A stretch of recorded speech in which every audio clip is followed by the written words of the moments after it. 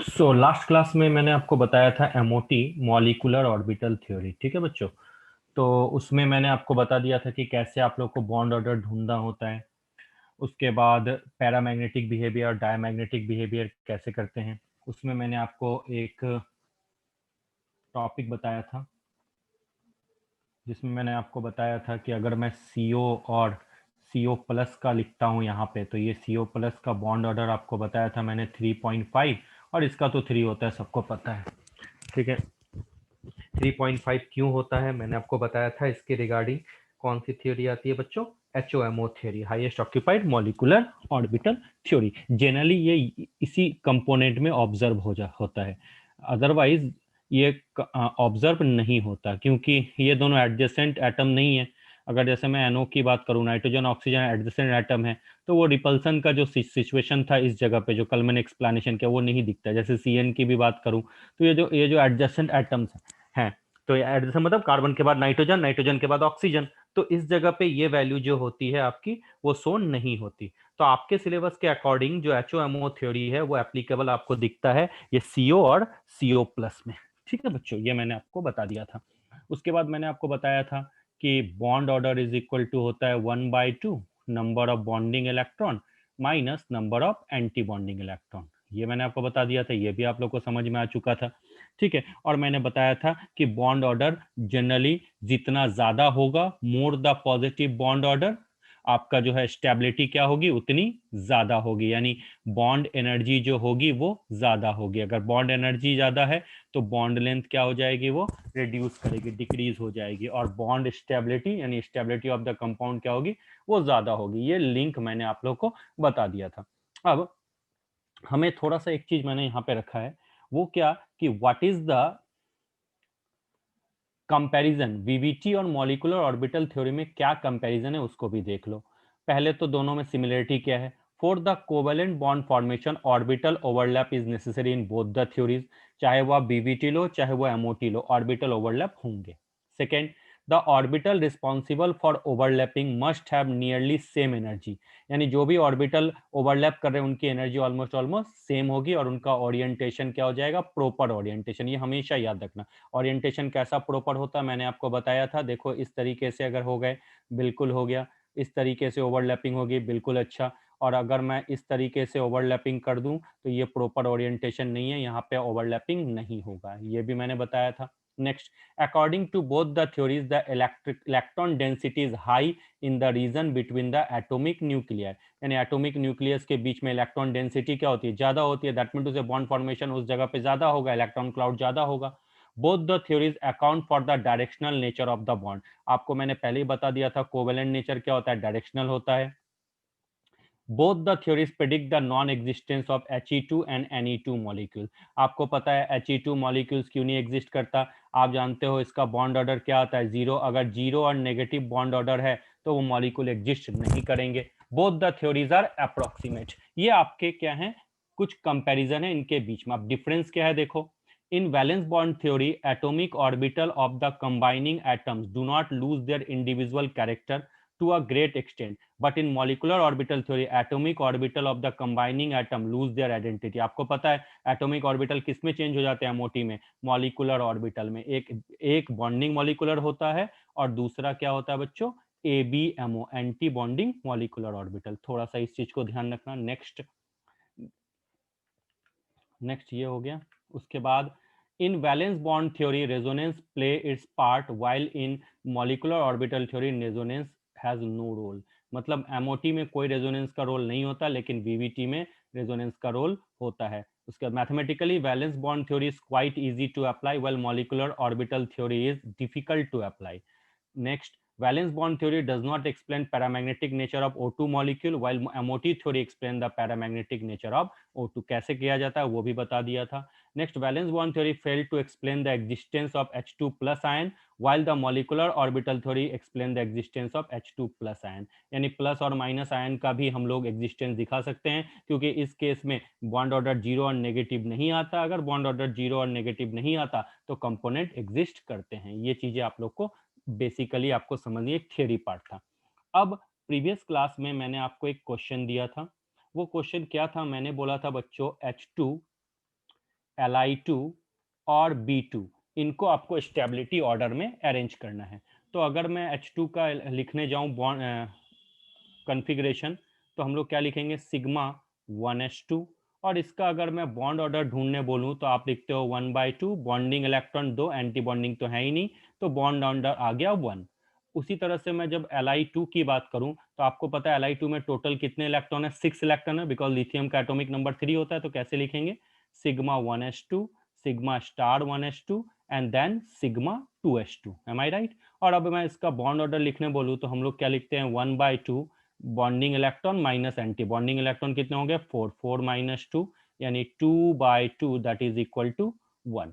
Clear बच्चों। उसके बाद अगर मैं B2 का लिखने बोलूं तो आपको पता है बोरोन का एटॉमिक नंबर क्या होता है, 5, 2 बार है यानी 10 हो गया, यानी sigma 1s2, sigma star 1s2, sigma 2s2, sigma star 2s2, then pi 2p(x1) and then pi 2p(y1)। अब मैं इसका बॉन्ड ऑर्डर लिखने बोलूं तो आपको पता है 1/2 बॉन्डिंग इलेक्ट्रॉन कितने हैं, 2, 2, 4, 2, 6, और एंटी बॉन्डिंग इलेक्ट्रॉन कितने हैं, 4, यानी 6 माइनस 4 2, 2/2 क्या हो गया, 1 आ गया। आपने देखा इन तीनों के बॉन्ड ऑर्डर सेम है। तो अगर मैं स्टेबिलिटी ऑर्डर की बात करूं तो आप यहाँ पे तुरंत बोलने लगोगे कि सर स्टेबिलिटी ऑर्डर तो आपको पता है कि जनरली अगर बॉन्ड ऑर्डर सेम हो तो स्टेबिलिटी सेम होती है, लेकिन हमने बताया था कि अगर जिसके एंटी बॉन्डिंग इलेक्ट्रॉन ज्यादा होंगे उसकी स्टेबिलिटी कम होगी। तो आपको पता है H2 में तो एंटी बॉन्डिंग इलेक्ट्रॉन है ही नहीं, H2 की स्टेबिलिटी सबसे ज्यादा। उसके बाद Li2 में बात करूं और B2 में बात करूं तो Li2 में 2 एंटी बॉन्डिंग इलेक्ट्रॉन है और B2 में आप देखो यहाँ पे 2 एंड 2 4, यानी B2 में एंटी बॉन्डिंग इलेक्ट्रॉन ज्यादा है इन कंपेरिजन टू Li2। तो स्टेबिलिटी H2 के बाद क्या आएगी, Li2 देन B2। ये आप लिख के आ गए हो आराम से, कहीं कोई प्रॉब्लम आपको नहीं है। लेकिन इस जगह पे आपने एक चीज मिस्टेक कर दिया, वो क्या मिस्टेक है उस चीज को थोड़ा सा समझना है आपको। आपने ये तो देख लिया कि एंटी बॉन्डिंग इलेक्ट्रॉन है ये, लेकिन आपने क्या इनका साइज कंपेयर किया। अगर मैं बात करूं लिथियम और बोरोन की, तो आपको पता है अलोंग द पीरियड जो होता है वो साइज क्या होता है बच्चों, डिक्रीज करता है। और अगर साइज डिक्रीज करेगा तो न्यूक्लियस क्या होंगे, बहुत क्लोज होंगे। जब न्यूक्लियस क्लोज होंगे तो उनकी एनर्जी क्या होगी, ज्यादा होगी। जब उनकी एनर्जी ज्यादा होगी तो आपको पता उनको तोड़ना आसान नहीं होगा, बॉन्ड एनर्जी ज्यादा होगी ना, क्योंकि B2 का साइज छोटा है तो दोनों भी आपस में पास पास ही रहेंगे। तो जब साइज छोटा हो जाए तो आपको पता उस चीजों को तोड़ना बड़ा मुश्किल हो जाता है, बड़ा मुश्किल हो जाएगा तो आपको पता स्टेबिलिटी क्या होगी बच्चों, ज्यादा होगी। तो जो ऑर्डर होगा वो H2 है, B2 होगा और Li2 होगा। इस चीज को याद रखना, ये क्वेश्चन आया था, ऑप्शन ये करेक्ट है, ये नहीं। अब चेक हमको करना है ये जो एंटी बॉन्डिंग और बॉन्डिंग इलेक्ट्रॉन है। एंटी बॉन्डिंग का कंसेप्ट तब आता है, जनरली आपको दिखने में आपको सहूलियत होगी जब सेम मॉलिक्यूल्स हो जाए, मतलब से जिस तरह से N2 से N2 प्लस बना, N2 माइनस बना, N2 2 माइनस बना, इन सब के केस में आपको वो एंटी बॉन्डिंग वाला कंसेप्ट याद रखना। अदरवाइज अगर डिसिमिलर मॉलिक्यूल है तो उस जगह पे आपको साइज भी चेक करना है, इस चीज को थोड़ा सा आपको ध्यान रखना। आ गया सबको समझ में, कोई प्रॉब्लम है तो देखो बच्चों, मैं वो चीजें बताता हूं जहां पे आप मिस्टेक करोगे, सिंपल चीजें सबको आती है। अब आप तुरंत मुझसे पूछ, किसी ने काउंटर किया नहीं कि सर ठीक है लेकिन आप ये कैसे अरेंज कर सकते हो, आपको पता है B2 का साइज छोटा है, जो साइज छोटा होगा उसका बॉन्ड लेंथ क्या होता है, कम। कम बॉन्ड लेंथ कम होगा तो आपको पता है ना उसकी स्टेबिलिटी ज्यादा होती है। तो फिर तो इसीलिए ऑर्डर ये नहीं ये होगा, इसको मार्क कर लेना VVI में। रीजन मैंने आपको बता दिया। तो जब भी क्वेश्चन बनाओ तो थ्योरी लगाने से पहले एक बार चेक कर लो, सारे प्लेटफॉर्म चेक करो, तभी आपको सही से आपको आ जाएगा। यहां तक आई थिंक सबको समझ में आ गया। तो आंसर आपका ऊपर वाला नहीं नीचे वाला होगा। जब सिमिलर एटम से मिलकर बने तब इस जगह पे आप एंटी बॉन्डिंग इलेक्ट्रॉन का कंसेप्ट अच्छे से यूज हो जाएगा, अदरवाइज नहीं होगा। चलो यहां तक समझ में आ गया, कहीं कोई प्रॉब्लम नहीं है, सबको करेक्टली इस चीज को समझ में आ गया। चलिए अब बॉन्ड ऑर्डर तो हम पढ़ चुके हैं। तो एक्चुअली बॉन्ड ऑर्डर होता क्या है, बॉन्ड ऑर्डर मतलब बॉन्ड बिटवीन टू एटम। अगर आपसे कोई पूछे कि सर बॉन्ड ऑर्डर का एक्चुअली फॉर्मूला क्या होता है, तो मैं तुरंत आपको बोलूंगा कि बॉन्ड ऑर्डर मतलब होता है बॉन्ड बिटवीन टू एटम। जैसे मैं बोलूं कि CO2 में CO2 का स्ट्रक्चर है तो बोलो कार्बन ऑक्सीजन का बॉन्ड ऑर्डर क्या है CO2 में, तो आप तुरंत स्ट्रक्चर बना के बोलोगे सर कार्बन और ऑक्सीजन के बीच में 2 बॉन्ड हैं, तो इस जगह पे बॉन्ड ऑर्डर क्या हो जाएगा सर 2। अगर मैं बोलूं O2 का बॉन्ड ऑर्डर क्या है, तो आपको बोलोगे ऑक्सीजन में डबल बॉन्ड है, तो सर बॉन्ड ऑर्डर हो जाएगा आपका क्या 2। ठीक है, अगर मैं N2 की बात करूं तो आपको पता है नाइट्रोजन नाइट्रोजन में ट्रिपल बॉन्ड है, तो बॉन्ड ऑर्डर क्या हो जाएगा बच्चों 3।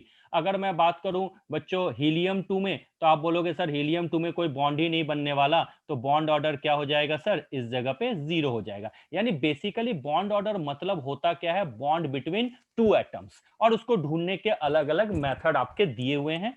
अब एक चीज यहां पे आपको समझ लेना, अगर आइसो इलेक्ट्रॉनिक स्पीसीज हैं, अगर आइसो इलेक्ट्रॉनिक स्पीसीज हैं, तो याद रखना उनके बॉन्ड ऑर्डर सेम होते हैं। जैसे अगर मैं आप बिना ढूंढे ही आप उसको लिख सकते हो, जैसे अगर आपसे पूछे CO2, ठीक है, और NO2 प्लस, ठीक है, अगर पूछे CO2 तो कार्बन ऑक्सीजन का बॉन्ड ऑर्डर आपने क्या ढूंढा 2, तो NO2 प्लस का भी 2 ही आप लिख के आ सकते हो। अब क्यों ऐसा हुआ, तो आप देखो CO2 में कितने इलेक्ट्रॉन है बच्चों, कार्बन के 6 और ऑक्सीजन के 8, 8 टू जा 16, 16 और 6 क्या हो जाएगा बच्चों 22। और इधर देखो नाइट्रोजन के कितने 7 और ऑक्सीजन के 8 टू जा 16, 16 प्लस 7 कितने होंगे 23, प्लस 1 मतलब एक कम 22 इलेक्ट्रॉन। तो बिना स्ट्रक्चर ड्रॉ करके भी आइसो इलेक्ट्रॉनिक स्पीसीज का जो कि नॉर्मल वाले होते हैं उनसे अगर कंपेयर करो तो उनके बॉन्ड ऑर्डर हमेशा क्या होते हैं बच्चों, सेम होते हैं। इस चीज को याद रखना। क्लियर, माइंड में सबका सेट हो गया। लेकिन अब अगर बॉन्ड ऑर्डर बात करें, बॉन्ड ऑर्डर जो है थोड़ा टफेस्ट लेवल पे अगर हम लोग चले जाएं, तो बॉन्ड ऑर्डर का क्या यूज है। जैसे अगर आपसे कोई पूछा जाए कि बॉन्ड ऑर्डर ढूंढो आप बेंजीन में, जैसे C6H6 दे दे, अगर कोई पूछे पॉलीएटॉमिक आयन SO4 2 माइनस या PO4 3 माइनस दे दे, या आपसे कोई पूछ ले कि बॉन्ड ऑर्डर SO2 का ढूंढो, या आपसे पूछे ओजोन का बॉन्ड ऑर्डर ढूंढो, या पूछे NO2 माइनस का बॉन्ड ऑर्डर ढूंढो, NO2 प्लस का बॉन्ड ऑर्डर ढूंढो, NO का बॉन्ड ऑर्डर ढूंढो, या वॉट एवर द थिंग, इन सब चीजों का जब बॉन्ड ऑर्डर आपसे ढूंढने बोले, यानी इन सब में आप देखोगे कुछ ना कुछ टफेस्ट बॉन्ड ऑर्डर आ जाएगा। क्योंकि अगर मैं सल्फेट है, जैसे मैं ओजोन की ही थोड़ा सा बात कर लूं, तो आपको पता है बॉन्ड ऑर्डर मतलब बॉन्ड बिटवीन टू एटम, तो इधर इन दोनों ऑक्सीजन के बीच में बॉन्ड डबल बॉन्ड है, लेकिन इस ऑक्सीजन के बीच में एक कोऑर्डिनेट मतलब सिंगल बॉन्ड है। तो इस केस में अगर इन दोनों ऑक्सीजन को ले तो बॉन्ड ऑर्डर मेरा क्या आ जाएगा 2, और इसको ले तो बॉन्ड ऑर्डर 1 आ जाएगा। मतलब जब इस तरह से कंफ्यूजन क्रिएट हो, मतलब जब एक मॉलिक्यूल के एक से ज्यादा स्ट्रक्चर बनने लग जाए, तो यानी रेजोनेटिंग स्ट्रक्चर बनने लग जाए, तब बॉन्ड ऑर्डर निकालने का बच्चों अलग फॉर्मूला होता है, जो मैं अभी आपके साथ डिस्कस करने वाला हूं। क्लियर। तो जो मेरा टॉपिक है इसके बाद बच्चों, टॉपिक है आपका रेजोनेंस। तो अगर आपसे पूछा जाए रेजोनेंस क्या है, तो जल्दी बता दो बच्चों। आपको पता है when one structure is not sufficient to describe all the properties of a molecule, we need more than one structure. These more than one structure are called resonating structure or canonical structure, and this phenomena is called resonance. Means अगर एक structure से किसी भी molecule की सारी property define नहीं होती, तो जो एक से ज्यादा स्ट्रक्चर बनते हैं उन स्ट्रक्चरों को बोला जाता है रेजोनेटिंग स्ट्रक्चर। जैसे ओजोन, ओजोन के केस में आपको पता है यहां क्यों, आप बोलोगे सर मैं इस ऑक्सीजन पे डबल बॉन्ड दूंगा, तो जैसे ही आपने ऐसा किया तो देखो दोनों के पास दोनों के दो अलग अलग स्ट्रक्चर बन गए। ये दोनों स्ट्रक्चर एक दूसरे के क्या हैं बच्चों, रेजोनेटिंग स्ट्रक्चर हैं। और आपको पता है इसको अगर हम लिखें तो हम लोग क्या बोलेंगे कि एक मिनट जाइए, थोड़ा समझना, चीजें धीरे धीरे आपको बहुत इजीली समझ में आ जाएगी। तो मैंने इसका स्ट्रक्चर लिखा, तो आप बोलोगे सर इसका मतलब ये जो डबल बॉन्ड है वो यहां भी हो सकता है और इस पोजीशन पे भी हो सकता है, तो मतलब ये दोनों 1 एंड 2 आर रेजोनेटिंग स्ट्रक्चर, और जो इनसे मिलकर फाइनली आपको दिखा उसको हम लोग क्या बोलते हैं, रेजोनेंस हाइब्रिड बोला जाता है। तो ये जो फाइनल स्ट्रक्चर बना उसको बोलते हैं रेजोनेंस हाइब्रिड। समझ में आया। जैसे और भी आप कोई भी स्ट्रक्चर बना सकते हो, जैसे अगर आपसे कोई पूछे SO2 मॉलिक्यूल का स्ट्रक्चर बना लो, या आपसे पूछे NO3 माइनस का स्ट्रक्चर बना लो, या CO3 2 माइनस का स्ट्रक्चर बनाओ, जैसे मैं बनाऊं CO3 2 माइनस का, तो आपको पता है ये डबल बॉन्ड यहाँ पे, ये और ये इस जगह पे आ जाएगा। ठीक है, तो आपको पता है कितने इसके रेजोनेटिंग स्ट्रक्चर बनने वाले हैं, जितने ऑक्सीजन हो जाए उतने ही, यानी पोजीशन कितने हैं इसमें, 3 पोजीशन है। ठीक है, कार्बन सेंट्रल एटम है, 3 ऑक्सीजन है, यानी 3 बार आप चेंज कर सकते हो, यानी इसके 3 रेजोनेटिंग स्ट्रक्चर बनेंगे। यानी एग्जाम में आपको हमेशा बार बार ड्रॉ करने की जरूरत नहीं है, तुरंत आप समझ के भी बना सकते हो। कितने पोजीशन है, 3 ऑक्सीजन है, 3 ऑक्सीजन है यानी 3 पोजीशन पे मूवमेंट होगी, 3 पोजीशन पे मूवमेंट होगी तो 3 रेजोनेटिंग स्ट्रक्चर ही बनने वाले हैं। यहां डबल बॉन्ड डाल दिया ये, और इस जगह पे माइनस कर दिया, और आपको पता है इन तीनों स्ट्रक्चर से मिलके आपने क्या बनाना है, इस तरीके से। मतलब आपको पता है बारी बारी से तीनों ऑक्सीजन को डबल बॉन्ड मिले हैं, है ना। तो तीनों ऑक्सीजन को जब डबल बॉन्ड मिले तो हम इस तरीके से इसको शो कर देंगे। ये डॉट डॉट जो देख रहा है इसी को बोला, ये फर्स्ट, सेकेंड और ये थर्ड, इन तीनों को बोला जाता है रेजोनेटिंग स्ट्रक्चर। और ये जो फाइनली बना उसको बोलते हैं रेजोनेंस हाइब्रिड। इस चीज को हमेशा ध्यान रखना है। किसी को यहां तक कोई प्रॉब्लम है? आई होप सो यहां तक कोई प्रॉब्लम नहीं है। समझ में आ गया? जब एक स्ट्रक्चर से किसी भी कंपोनेंट की पूरी प्रॉपर्टी हमें पता नहीं होती तो हम उसका more than one structure draw करते हैं, और इन्हीं स्ट्रक्चर को बोला जाता है बच्चों रेजोनेटिंग स्ट्रक्चर। याद रखना। चलिए, एक एक चीज यहां पे ध्यान रखना, resonance hybrid does not oscillate between the canonical form of the mixture of these form, but it is a definite form and has a definite structure which cannot be written on paper। मतलब ये resonance, ये जो structure बना इससे मिलके नहीं आया है, ये अपने आप में अपनी एक आइडेंटिटी रखता है। इस चीज को हमेशा लिखने के लिए तो हम लोग ऐसा लिख देते हैं, but it has that identity. Means resonance hybrid does not oscillate between the canonical form. इनके बीच में ये झूलता हुआ नहीं रहता, जैसे इस तरह से हमने बना दिया, तो सीखने के लिए, समझाने के लिए बना दिया। ठीक है, it is a definite form and has a definite, ये एक डेफिनेट फॉर्म है और इसका डेफिनेट स्ट्रक्चर होता है, जिसको हम लोग क्या बोलते हैं, पेन और पेपर पे लिख नहीं सकते, बस समझने के लिए हम लोगों ने इस चीज को लिख दिया। अब इसमें तो आप लोगों ने मैंने कुछ स्पेशल नहीं बताया, आप सबको पता है। अच्छा, अगर मैं बोलूं NO3 माइनस में कितने रेजोनेटिंग स्ट्रक्चर बना सकते हो, तो तुरंत समझ लेना कितने पोजीशन है, 3 ऑक्सीजन है, तो बना के देखना, इसके 3 रेजोनेटिंग स्ट्रक्चर ही बनेंगे। ठीक है, उसी तरह से अगर मैं बोलूं ओजोन, ओजोन में देखो एक सेंट्रल एटम है तो बचे कितने ऑक्सीजन, 2 ऑक्सीजन, तो 2 रेजोनेटिंग स्ट्रक्चर बनेंगे, ऊपर देखो बना हुआ है। उसी तरह से अगर मैं बोलूं PO4 3 माइनस में कितने पोजीशन है ऑक्सीजन के, 4, तो बना के देखना इसमें 4 रेजोनेटिंग स्ट्रक्चर ही बनेंगे। तो ये बड़ा आसान है, आराम से अगर आप थोड़ा बहुत काउंट करके पोजीशन देखो तो उस पोजीशन के अकॉर्डिंग आप रेजोनेटिंग स्ट्रक्चर बना सकते हो, आपको बार बार ड्रॉ करने की रिक्वायरमेंट नहीं है। क्लियर बच्चों? अच्छा, अब अगर आपसे कोई पूछे कि बच्चों बेंजीन का रेजोनेटिंग स्ट्रक्चर बना के दिखाओ, तो आप क्या बोलोगे कि सर हमने पढ़ा था बेंजीन, सब पढ़ के आए हो, ठीक है बच्चों, सबने पढ़ा होगा। तो बेंजीन का रेजोनेटिंग स्ट्रक्चर आप बनाओगे इस तरीके से, सर हर कार्बन के पास डबल बॉन्ड, एक ये पहला हो गया, ध्यान से समझना मैं बोल क्या रहा हूं। उसके बाद सर, उसके बाद इस तरीके से लिखेंगे, और इसका जो ओवरऑल स्ट्रक्चर है आप देखते हो टीचर्स इस तरीके से लिख देते हैं, गोल। गोल का मतलब क्या कि जो इलेक्ट्रॉन क्लाउड है वो सब यहाँ पे इक्वली डिस्ट्रीब्यूट, यानी हर कार्बन को अल्टरनेटिव डबल बॉन्ड और सिंगल बॉन्ड का फॉर्मेशन है। यानी फर्स्ट और second is a resonating structure, and जो ये फाइनल बना इसको हम लोग क्या बोलते हैं, रेजोनेंस हाइब्रिड। और इसको किसने दिया था बच्चों, केकुल ने दिया था, ये केकुल्स स्ट्रक्चर है। लेकिन इसका दूसरा स्ट्रक्चर दीवार ने भी दिया था, उसने बोला था कि बेंजीन का स्ट्रक्चर इस तरीके से नहीं, बेंजीन का उसने क्या किया था, तीनों बॉन्ड में 2 बॉन्ड के बीच में इस तरह से दीवार डाल दिया था, देख रहे हो। उसने बोला नहीं, मेरी मर्जी है, मैं ये स्ट्रक्चर बनाऊंगा।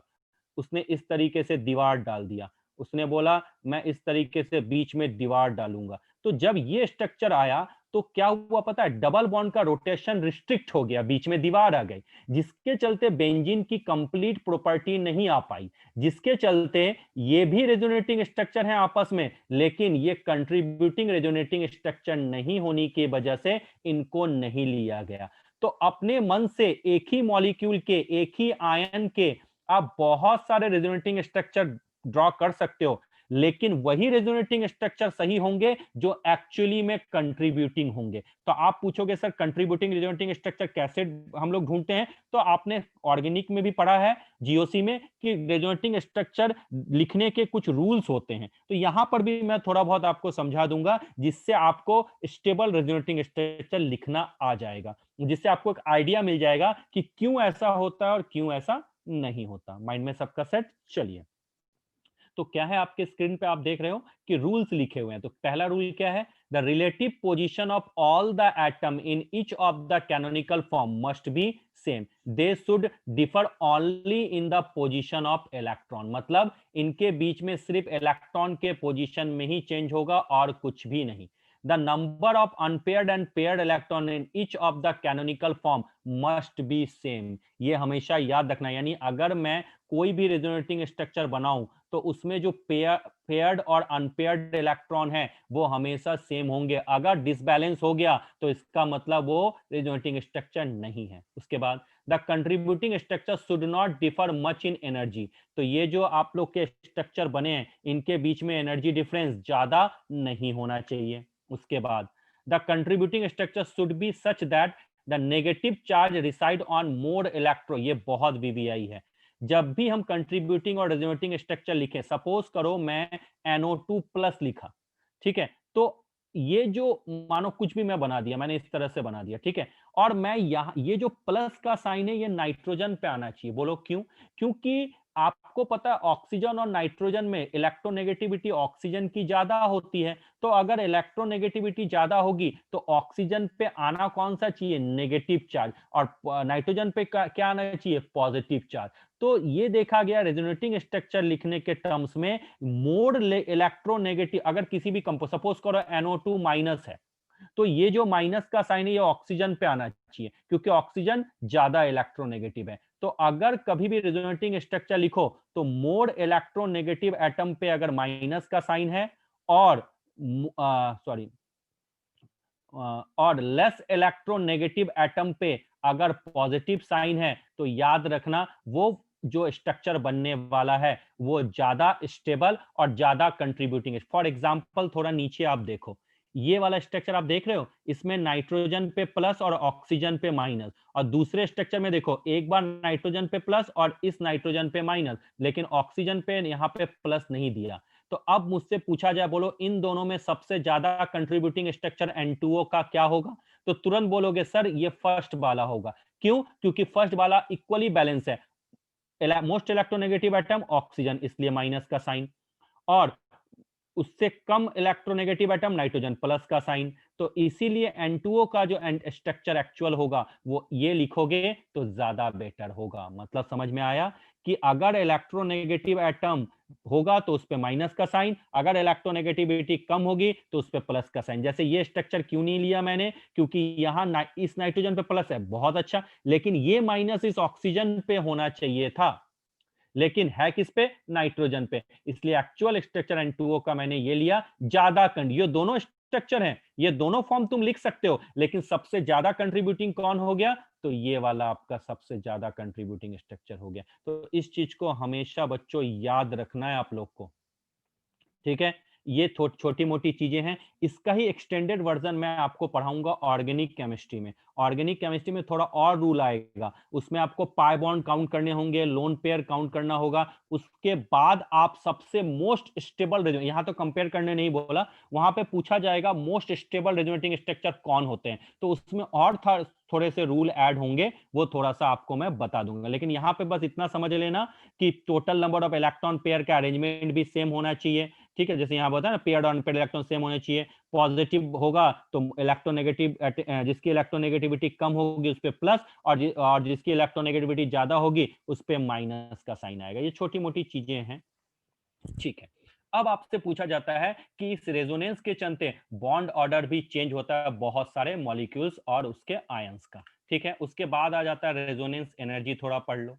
तो अब आपसे कहा जाता है व्हाट इज रेजोनेंस एनर्जी। तो रेजोनेंस एनर्जी मतलब होता है experimental value of heat of formation minus calculated value of heat of formation of most stable resonating structure. तो आपसे पूछा मोस्ट स्टेबल, तो याद करो अभी मोस्ट स्टेबल कैसे ढूंढते हैं वो मैंने बता दिया। इस पे न्यूमेरिकल भी मैं आपसे कराऊंगा, आपको समझ में, बस खाली याद रखना व्हाट इज रेजोनेंस एनर्जी। और मोस्ट स्टेबल रेजोनेटिंग स्ट्रक्चर कैसे ढूंढते हैं उस पर मैं आपको प्रैक्टिस कराऊंगा, तो और अच्छे से समझ में आ जाएगा। ठीक है, तो जब भी हम लोग एनर्जी डिफरेंस ढूंढेंगे तो हम लोग इस सबसे ज्यादा स्टेबल रेजोनेटिंग स्ट्रक्चर ही लेंगे, याद रखना। ठीक है, ये वाला डेफिनेशन आप लोग ध्यान रखना। चलिए, ये चीजें हो गई। एक्चुअली जो केमिकल बॉन्डिंग हम पढ़ते हैं उसमें रेजोनेंस का सबसे ज्यादा यूज आता है बॉन्ड ऑर्डर ढूंढने में। तो अब आप लोग कैसे करोगे, ध्यान से देखना। यहां से थियोरी सबको समझ में आ गई। अब अगर आपसे कोई पूछे CO3 2- का बॉन्ड ऑर्डर बताओ, तो आप तुरंत इसका रेजोनेटिंग स्ट्रक्चर ड्रॉ कर लोगे कि सर इस तरह से इसका रेजोनेटिंग स्ट्रक्चर हो गया। CO- डबल बॉन्ड O, इस जगह पे O-। ठीक है, उसके बाद C डबल बॉन्ड आ गया, इस पे O-, यहाँ डबल बॉन्ड O, और यहाँ पे यानी हर ऑक्सीजन को डबल बॉन्ड मिल चुका। ये 3 रेजोनेटिंग के स्ट्रक्चर हो गए। तो अब पूछा जाए इन CO3 2- में आपको कार्बन ऑक्सीजन का बॉन्ड ऑर्डर बताना है, तो आपको इस केस में क्या ढूंढना है, bond order is equal to होता है number of bonds between two atom. इसमें से कार्बन और ऑक्सीजन कोई भी पिक कर लो। फर्स्ट केस में इस कार्बन और ऑक्सीजन के बीच में 2 बॉन्ड हैं, सेकेंड केस में इस कार्बन और ऑक्सीजन के बीच में 1 बॉन्ड है, थर्ड केस में इस कार्बन और ऑक्सीजन के बीच में 1 बॉन्ड है, लिख लो। Upon total number of resonant, कितने रेजोनेटिंग स्ट्रक्चर बने, 3, डिवाइडेड बाय 3, तो क्या हो जाएगा 4/3 यानी 1.33। समझ में आ गया। इस तरीके से ढूंढते हैं, यानी bond order is equal to number of bonds between the atoms upon total number of resonating structure. दूसरा formula, number of bonds between the atom upon the total number of position. कितने पोजीशन है, first, second और third, तो 3 लिख दिया। चाहे आप resonating structure लिखो या पोजीशन लिख लो। जैसे क्वेश्चन नंबर 2 में आपसे पूछे PO4 3-, ठीक है, ये फॉस्फेट आयन है, इसका स्ट्रक्चर आपने बना दिया सर ये O, ये O और ये O, और इस पूरे पे मैंने रेजोनेटिंग स्ट्रक्चर लिखा ही नहीं, 3- लिख दिया। अब मैं बोलूं बताओ फॉस्फेट आयन में PO का बॉन्ड ऑर्डर, P और O के बीच में बॉन्ड ऑर्डर, तो आप सीधा क्या लिखोगे, bond order is equal to number of bond between two atom. एक चीज याद रखना, हमेशा पोजीशन इक्विवेलेंट ही लेने हैं। कितने हो गए, 2 1 3 1 4 1 5, टोटल कितने हो गए, 5 ही बॉन्ड हुए ना। हाँ, तो 5 अपॉन टोटल इक्विवेलेंट पोजीशन कितने हैं, 4, यानी 5/4 इज इक्वल टू क्या हो जाएगा, 5/4, 4 1 4 4 2 यानी 1.25 के आसपास आ जाएगा, है ना। तो इस तरीके से हम लोग बॉन्ड ऑर्डर बच्चों ढूंढ सकते हैं। चाहे आप इक्विवेलेंट पोजीशन लिख लो, चाहे आपसे अगर कोई पूछे रेजोनेटिंग स्ट्रक्चर में, तो रेजोनेटिंग स्ट्रक्चर के टर्म्स में भी आप इस तरह से लिख सकते हो। किसी को कोई प्रॉब्लम है, देखो आ गया सबको समझ में, कोई डाउट?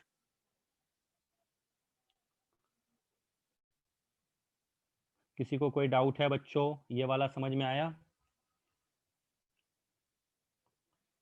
हाँ, चलिए। अब यहाँ से खत्म नहीं हुआ है, मैंने क्या पढ़ाया तो बुक में भी है, मैं क्या पढ़ाऊंगा उसको समझो, ये तो कुछ भी नहीं है। अब ध्यान से देखो, अब मैंने आपको क्या दिया, CO3 2- दिया, CO2 दिया और CO दिया। ठीक है, अब मैं बोलूंगा इन तीनों को अरेंज करो इनके स्टेबिलिटी ऑर्डर पे। ठीक है, इनके बॉन्ड एनर्जी के ऑर्डर पे और इनके बॉन्ड लेंथ के ऑर्डर पे, बिटवीन C और O बॉन्ड लेंथ की बात कर रहा हूं। चलिए, अब ये आपका क्वेश्चन है, समझो क्या क्या बोला, स्टेबिलिटी ऑर्डर पे बॉन्ड एनर्जी मतलब बॉन्ड डिसोसिएशन है जो बोलो, बॉन्ड लेंथ पे C और O, इन तीनों को आपको अरेंज करना है, डू फास्ट। तो बताओ किसकी स्टेबिलिटी ज्यादा होगी, CO में ज्यादा, देन CO2 में, देन CO3 2- में। अब अगर आपसे पूछे बॉन्ड एनर्जी किस CO बॉन्ड की ज्यादा होगी, मतलब किस में, तो आप बोलोगे आपको पता है बॉन्ड ऑर्डर ज्यादा तो बॉन्ड एनर्जी भी ज्यादा, यानी बॉन्ड डिसोसिएशन एनर्जी भी ज्यादा, तो किसकी ज्यादा होगी, CO, CO2 और CO3 2-। अब बॉन्ड लेंथ की बात पूछे किसमें CO बॉन्ड लेंथ सबसे ज्यादा होगा, तो आपको पता है अगर बॉन्ड ऑर्डर ज्यादा, तो आपको पता है बॉन्ड लेंथ क्या हो जाएगा बच्चों, बॉन्ड ऑर्डर ज्यादा तो बॉन्ड लेंथ कम, तो आपको पता है किसमें बॉन्ड बॉन्ड ऑर्डर ज्यादा है, CO में, तो इसका बॉन्ड लेंथ सबसे कम, तो CO, then CO2, then CO3 2-। ये याद रखना, ये रिलेशन आपको हमेशा याद रखना है। किस तरह से स्टेबिलिटी ऑर्डर में हम अरेंज करते हैं, किस तरीके से हम लोग जो है एनर्जी में अरेंज करते हैं और किस तरह से उसका लेंथ ढूंढते हैं। आई होप सो आप लोग को ये चीजें समझ में आ रही होगी। ठीक है, अगर समझ में आ रही होगी तो आप पेन एंड पेपर से सॉल्व भी करा करो, है ना बच्चों, और आंसर भी साथ साथ करो। यानी कभी भी स्टेबिलिटी ढूंढने बोले, बॉन्ड एनर्जी ढूंढने बोले, तो तुरंत आपका काम क्या होगा, आप तुरंत उसका क्या करोगे बच्चों, स्ट्रक्चर लिख लोगे, और जैसे ही आप उसका स्ट्रक्चर लिखोगे आपका सब कुछ आ जाएगा, बॉन्ड ऑर्डर ढूंढते हुए, बॉन्ड स्टेबिलिटी, सब कुछ। चलिए नेक्स्ट आपका क्वेश्चन है, क्वेश्चन नंबर 2। क्वेश्चन नंबर 2 है आपको आपको बताना है Na2 प्लस, NO2 माइनस और NO3 माइनस, ठीक है बच्चों, और NO प्लस। ठीक है, इसमें आपको NO बॉन्ड है, इन बॉन्ड की आपको बताना है, सबसे पहले सबका बॉन्ड ऑर्डर ढूंढो, सबसे पहले आपको बॉन्ड ऑर्डर ढूंढना है। अच्छा, और भी लिख लो फिर तो, NO प्लस के साथ साथ NO, अच्छा अच्छा NO2 माइनस तो लिख ही चुके हो, खत्म करो, कहानी हो तो गया।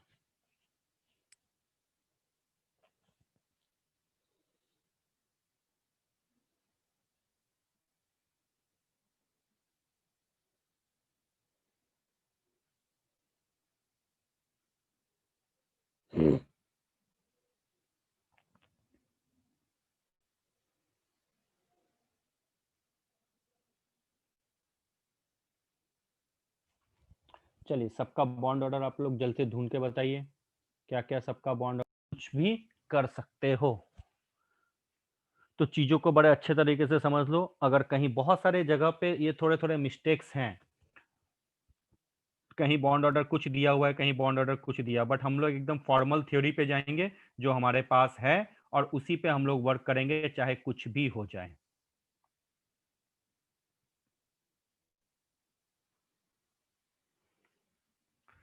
ठीक है, चलिए बहुत अच्छी बात है।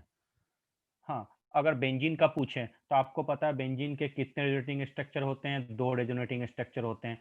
तो तुरंत आपने बोला सर ये एक पहला रेजोनेटिंग स्ट्रक्चर है, सर ये दूसरा रेजोनेटिंग स्ट्रक्चर है, दूसरा कैसे भैया, इस तरीके से, एक ही बना दिया क्या, अच्छा मतलब समझ लेना, चलो फिर बदल ही देता हूँ, रुको रुको, मैं इतना टैलेंटेड नहीं, इतना फास्ट करोगे तो फिर मैं गलत बता दूंगा ना, फास्ट नहीं होना चाहिए बच्चों, आराम से समझो। इस तरीके से मैंने लिख दिया। अब आपको पता है ये यहाँ पे एक डबल बॉन्ड, यहाँ पे, यानी 2 कार्बन पकड़ लो, 2 कार्बन के बीच में एक बार डबल बॉन्ड और एक बार ट्रिपल बॉन्ड आ रहा है, यानी क्या हो जाएगा, सॉरी डबल बॉन्ड और सिंगल बॉन्ड, मतलब 2 + 1 3, और 2 रेजोनेटिंग स्ट्रक्चर डिवाइडेड बाय 2, यानी 3/2, यानी कितना हो जाएगा 1.5, आ गया ना। बेंजीन के 2 रेजोनेटिंग स्ट्रक्चर डिवाइडेड बाय 2, तो 2 कार्बन के बीच में कोई भी 2 पोजीशन ले लो, एक बार डबल बॉन्ड आ रहा है तो एक बार क्या आ रहा है, सिंगल बॉन्ड। तो आपको पता है बॉन्ड बिटवीन द एटम, जैसे यहाँ पे था ना, एक बार डबल बॉन्ड, एक बार सिंगल, एक बार सिंगल, तो टोटल 2 + 1 3 1 4, और टोटल रेजोनेटिंग स्ट्रक्चर 3, या इक्विवेलेंट पोजीशन लिख लो 3, तो 1.33 सेम। तो बेंजीन का बॉन्ड ऑर्डर बच्चों क्या हो जाएगा 1.5। आई थिंक अब रेजोनेटिंग स्ट्रक्चर के भी अगर बॉन्ड ऑर्डर आपको दिया जाए तो आप इजीली ढूंढ के आ सकते हो, कहीं कोई प्रॉब्लम नहीं होगा। माइंड में सबका सेट, बॉन्ड ऑर्डर का कंसेप्ट समझा दिया, बॉन्ड लेंथ कैसे ढूंढेंगे वो भी बता दिया, बॉन्ड स्टेबिलिटी कैसे ढूंढेंगे वो भी बता दिया, आइसो इलेक्ट्रॉनिक स्पीसीज के बॉन्ड ऑर्डर हमेशा क्या होते हैं, सेम होते हैं, ये याद रखना। सर बेंजीन में 3 कार्बन के 0.5 और बाकी 3 के 1.5, अरे वाह, नहीं मैंने ओवरऑल पूछा ना, बेंजीन में बेंजीन का रेजोनेटिंग स्ट्रक्चर होता है ना, उसमें 3 कार्बन के 1.5 और 0.5 आप नहीं कर सकते, क्योंकि आप उनको आइसोलेट ही नहीं कर सकते ना। इन दोनों को आइसोलेट कैसे करोगे, ये और ये, इसको आइसोलेट अपन नहीं कर सकते बच्चों, तो डायरेक्टली लिखना पड़ेगा। किसी भी रेजोनेटिंग स्ट्रक्चर को आप आइसोलेट नहीं कर सकते, ये हमेशा याद रखना। तो अगर आइसोलेट कर सकते तो रेजोनेटिंग स्ट्रक्चर की जरूरत ही नहीं पड़ती। ये दोनों एक दूसरे के इक्विवेलेंट हैं, ये कभी भी आइसोलेट नहीं हो सकते, अगर हो गए तो फिर क्या जरूरत है, एक ही स्ट्रक्चर लिख के आ जाएंगे ना। तो ये ध्यान रखना आप लोग। चलिए अब आपके पास आता है बच्चों नेक्स्ट टॉपिक, और वो भी बहुत बेहतरीन टॉपिक है, जिसको हम लोग बोलते हैं डायपोल मोमेंट। फिजिक्स में आप लोग पढ़ चुके हो, केमिस्ट्री में डायपोल मोमेंट का क्या यूज है, बॉन्ड में पोलरिटी, कि बॉन्ड की जो पोलरिटी को मेजर करते हैं वो किसके टर्म्स में हम लोग एक्सप्रेस करते हैं बच्चों, डायपोल मोमेंट के टर्म्स में। अगर डायपोल मोमेंट ज्यादा होगा तो हम बोलेंगे वो पोलर बॉन्ड है, यानी पोलरिटी क्या हो जाएगी, ज्यादा हो जाएगी। ये सबको पता है। अब जो टॉपिक है वो है आपका डायपोल मोमेंट। केमिस्ट्री में डायपोल मोमेंट का क्या यूज है, बॉन्ड की पोलरिटी को इंडिकेट करने के लिए डायपोल मोमेंट का यूज होता है म्यू। अगर डायपोल मोमेंट 0 हो जाए तो समझना वो मॉलिक्यूल क्या है बच्चों, नॉन पोलर मॉलिक्यूल है। और डायपोल मोमेंट अगर बहुत ज्यादा हो जाए तो पोलरिटी क्या होगी बच्चों, इंक्रीज करेगी। ये समझ लेना, ठीक है। डायपोल मोमेंट आप सबको पता है, डायपोल मोमेंट होता क्या है बच्चों, एक वेक्टर क्वांटिटी होता है। This is a vector quantity, मतलब इसका डायरेक्शन होता है। तो अब डायपोल मोमेंट का एक्सप्रेशन कैसे लिखते हैं, आपने लिखा होगा mu is equal to Q into D, यानी जो दो ऑपोजिट चार्ज हैं, ठीक है, उनके बीच का जो डिस्टेंस है, ठीक है, यानी mu is equal to, suppose करो ये प्लस क्यू है और ये माइनस क्यू है, और इनके सेंटर के बीच का डिस्टेंस आर है। फिजिक्स में इसको बहुत जगह 2d भी लिखते हैं, घबराना मत, मैंने डिस्टेंस लिखा है और मैंने इसको आर के जगह इसको मैंने सिर्फ डी लिखा है। तो म्यू इज इक्वल टू क्या लिखोगे बच्चों, क्यू इंटू डी। ये डायपोल मोमेंट का फॉर्मूला है जो बॉन्ड की पोलरिटी को बताता है। केमिस्ट्री में, फिजिक्स में मुझे नहीं पता क्या बताता है, तो इसलिए मुझे उससे कोई खासा मतलब है नहीं।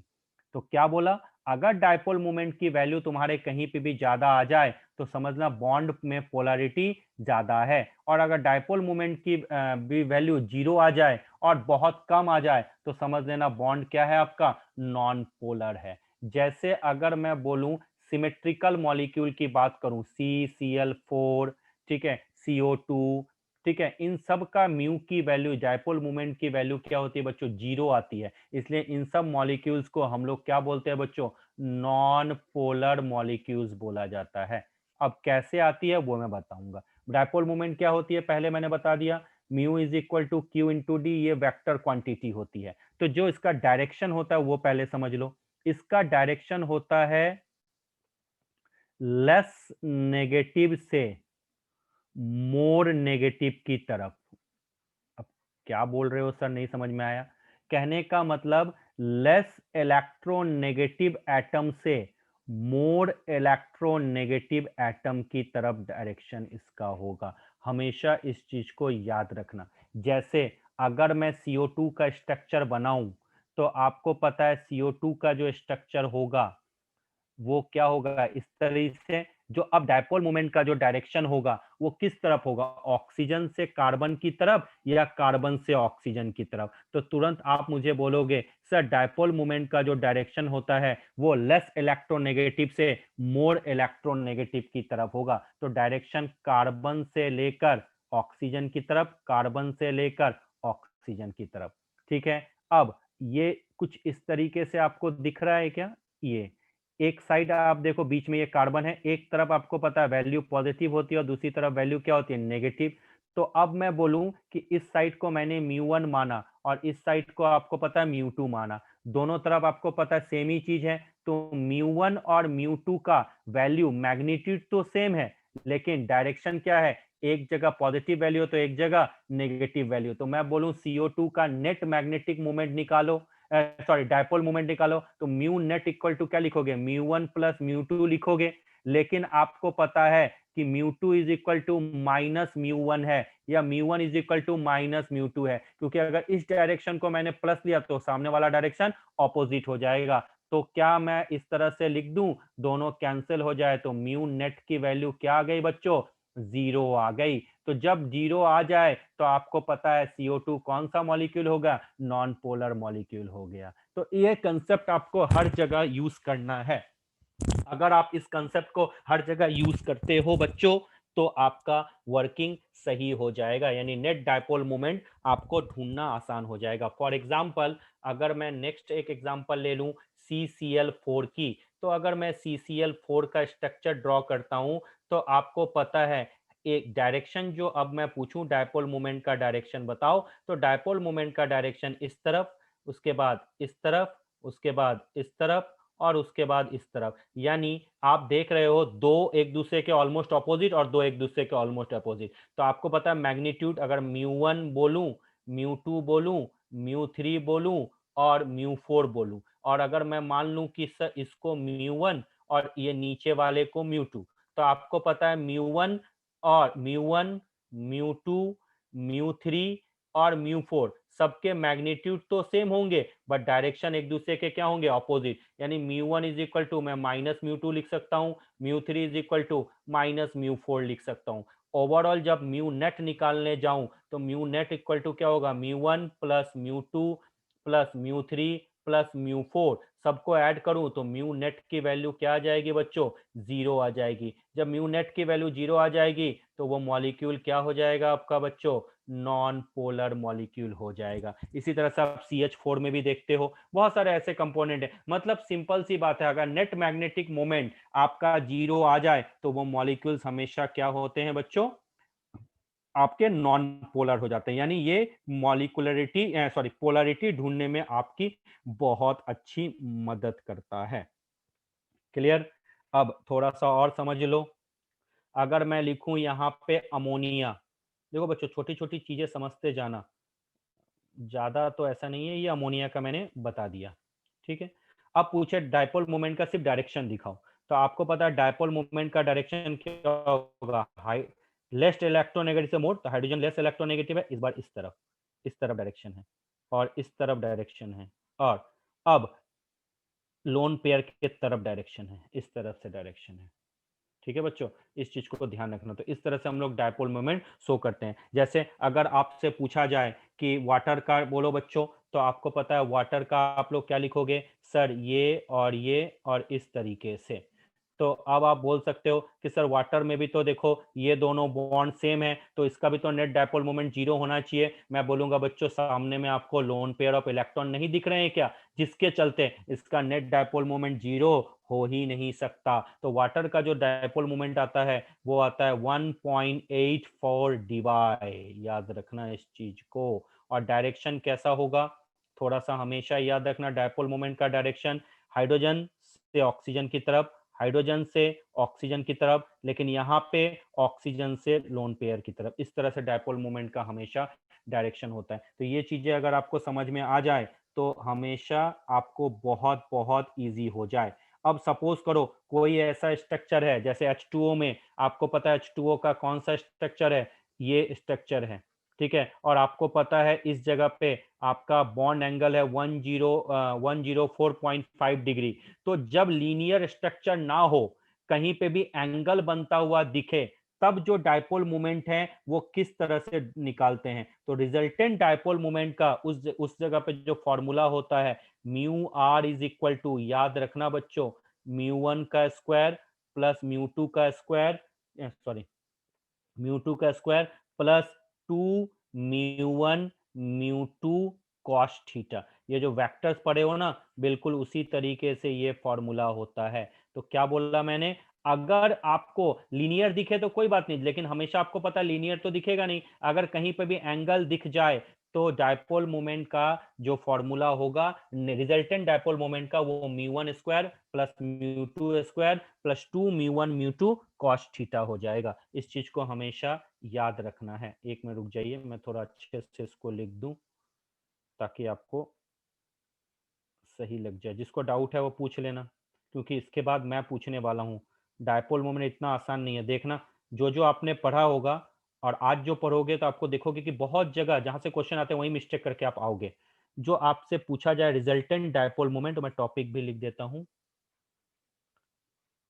Calculation of resultant dipole moment या बॉन्ड मोमेंट जो बोलो।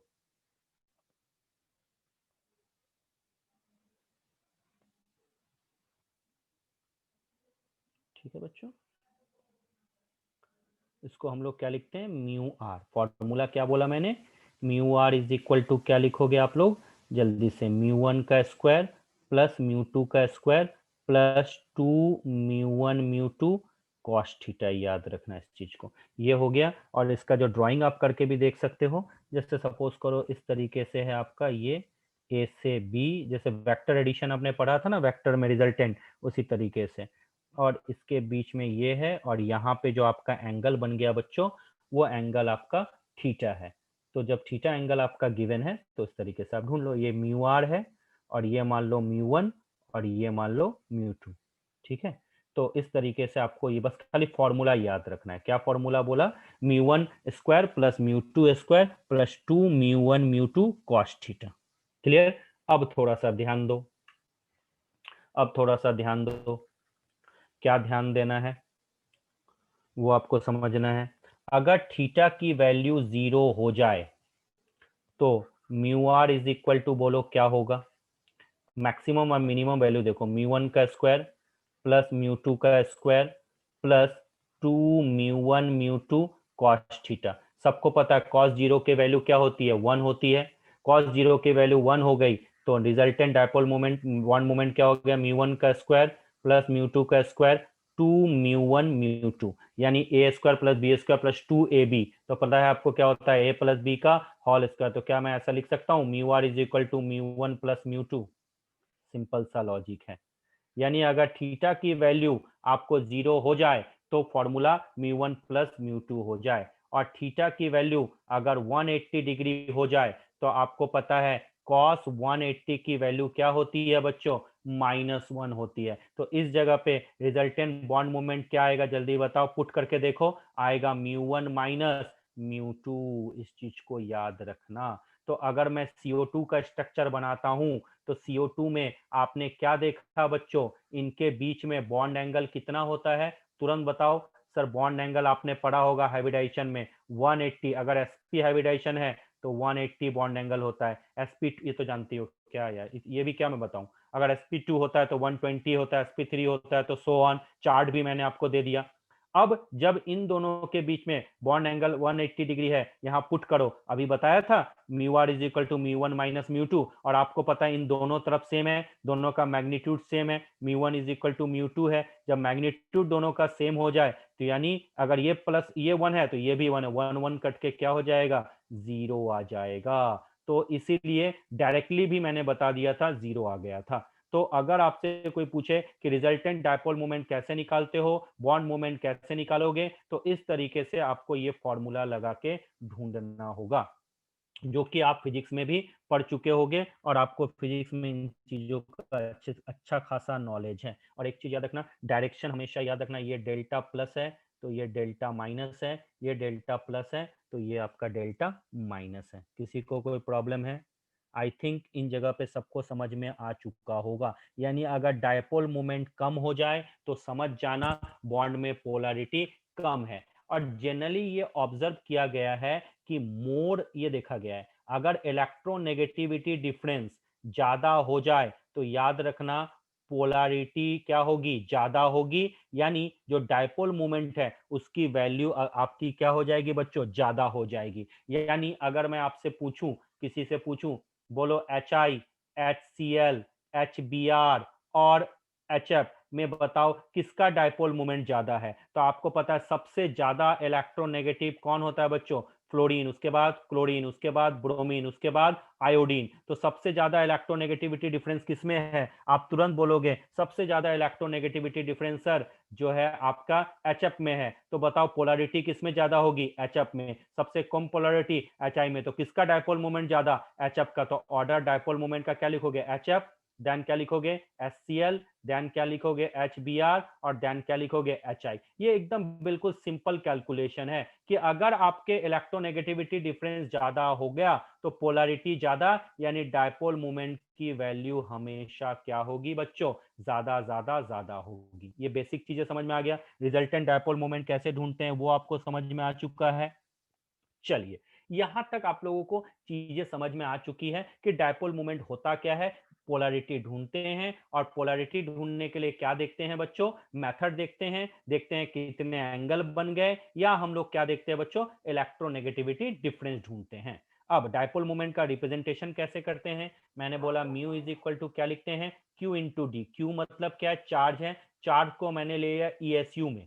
ESU मतलब इलेक्ट्रोस्टैटिकल यूनिट, कूलम भी होता है, और डिस्टेंस को ले लिया मैंने जो डिस्टेंस है यानी डी को मैंने सेंटीमीटर में लिया है, यानी 10⁻⁻8 सेंटीमीटर। तो म्यू की वैल्यू क्या आ जाएगी, 10⁻10 इंटू 10⁻−8, तो 10⁻−18 ESU सेंटीमीटर। तो ये जो 10⁻−18 ESU सेंटीमीटर है, इसी को बोला जाता है 1 डीबाई, याद रखना। यानी डायपोल मोमेंट का जो यूनिट होता है वो होता है बच्चों डीबाई। और अगर पूछे 1 डीबाई क्या होता है, तो 1 Debye is equal to 10⁻−18 ESU centimetre होता है। तो आप बोलोगे सर ESU क्या पढ़ा रहे हो, हमें नहीं पता, तो हमें कूलम में बताओ। तो रिलेशन लिखोगे 1 Debye is equal to 10⁻−18 ESU centimetre equal to 3.33 into 10⁻⁻30 coulomb metre. ये रिलेशन आपको याद रखना है। चीजें खत्म नहीं हुई है बच्चों, ये तो थ्योरी थी जो आपके बुक में भी मिल जाएगी। चीजें कहाँ कहाँ पैनिक होती है और किस किस तरीके से क्वेश्चन में बच्चे फंसते हैं, वो हमेशा आपको समझना होगा। यहां तक आ गया। चलिए, बेसिक आप डायपोल मोमेंट समझ गए। बॉन्ड में पोलैरिटी को मेजर करता है, कैसे मेजर करता है, किस तरह से डायपोल मोमेंट ढूंढना है, वो मैं आपको यहां पे बता चुका हूं। चलिए, अब आपके लिए नेक्स्ट क्वेश्चन है, थोड़ा समझना। अगर आपसे पूछे NH3 और NF3, ये समझना। तो अब आपसे पूछे बताओ किसका डायपोल मोमेंट ज्यादा, dipole moment of NH3 is greater then NF3 या dipole moment of NF3 is greater then dipole moment of NH3। तो आपका आंसर क्या होगा, सोच के बताओ। अगर डायपोल मोमेंट ढूंढने बोले तो अब आपसे पूछे बोलो बच्चों किसका डायपोल मोमेंट सबसे ज्यादा हो जाएगा। एक चीज और भी, BF3 का अगर आपसे डायपोल मोमेंट पूछे तो क्या होगा, CH4 का अगर आपसे डायपोल मोमेंट पूछे तो क्या हो जाएगा, इस चीज को बताना। ठीक है, CCl4 का मैंने आपको डायपोल मोमेंट बता दिया। तो आपको ये भी आंसर करना है, ये भी एक क्वेश्चन है और ये भी एक क्वेश्चन है, और जल्दी से इसका आंसर करो। और कि NH3 का डायपोल मोमेंट ज्यादा होगा। तो NH3 का डायपोल मोमेंट क्यों ज्यादा होगा, कोई बता सकता है, जबकि NH3 और NF3 दोनों का स्ट्रक्चर बिल्कुल सेम है। अगर मैं NF3 का भी स्ट्रक्चर बनाऊं, NF और NF3 दोनों का स्ट्रक्चर मैंने बना दिया। अब जब दोनों का स्ट्रक्चर मैं बना रहा हूं तो मैं देख रहा हूं बच्चों कि डायपोल मोमेंट जो है, डायपोल मोमेंट दोनों का मुझे सिमिलर ही दिख रहा है, लेकिन आप कह रहे हो कि NH3 का डायपोल मोमेंट जो है बच्चों वो ज्यादा है। मींस ये जो पहला ऑप्शन है वो करेक्ट है, दूसरा वाला ऑप्शन रॉन्ग है। तो क्यों रॉन्ग है, इसके पीछे आप लोगों ने क्या लॉजिक लगाया। तो याद रखना, अगर मुझे लॉजिक लगाना है इस जगह पे, तो ये लॉजिक लगाना है कि जो नेट डायपोल मोमेंट होता है वो एडिटिव होता है। आखिर जितना ज्यादा ऐड होगा उतना ही तो डायपोल मोमेंट बढ़ेगा। अब अगर मैं यहां से डायपोल मोमेंट का डायरेक्शन देखूं, H2N H2N H2N डायरेक्शन देखो, और एक ही ऊपर की तरफ गया, मतलब अवे जा रहा है, और बाकी सब टुवर्ड्स हैं। लेकिन NF3 की बात करूं तो डायपोल मोमेंट का डायरेक्शन देखो तो बच्चों अवे है, सारा दूर जा रहा है। यानी नेट डायपोल मोमेंट यहाँ सब्ट्रैक्टिव है और यहाँ पे क्या है बच्चों, एडिटिव है, जिसके चलते डायपोल मोमेंट का जो NH3 का डायपोल मोमेंट होता है वो NF3 से क्या हो जाता है बच्चों, ज्यादा होता है, याद रखना। अब आपको पता है BF3 का आपको स्ट्रक्चर बनाना पता है, वेक्टर लॉ लगता है, तो आपको पता है BF3 का तो सिंपल सा पता है, BF3 का डायपोल मोमेंट 0 होता है। CH4 आपको पता है सिमेट्रिकल स्ट्रक्चर जैसे CCl4 है, उसका भी डायपोल मोमेंट BF3 का गलती से भी 0 ही लिख के आना।